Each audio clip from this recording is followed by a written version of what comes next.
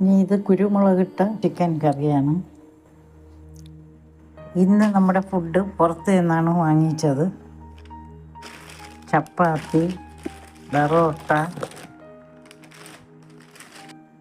Chicken ഫ്രൈയും കുരുമുളകിട്ട കറി, പിന്നെ ഒരു പുഡിങ്. ആദ്യം നമുക്ക് പൊറോട്ട എടുത്ത് വയ്ക്കാം, ചപ്പാത്തി എടുത്ത് വയ്ക്കാം, ചിക്കൻ ഫ്രൈ വയ്ക്കാം. ഇനി ഇത് കുരുമുളകിട്ട കറിയാണ്, ചിക്കൻ കറിയാണ്.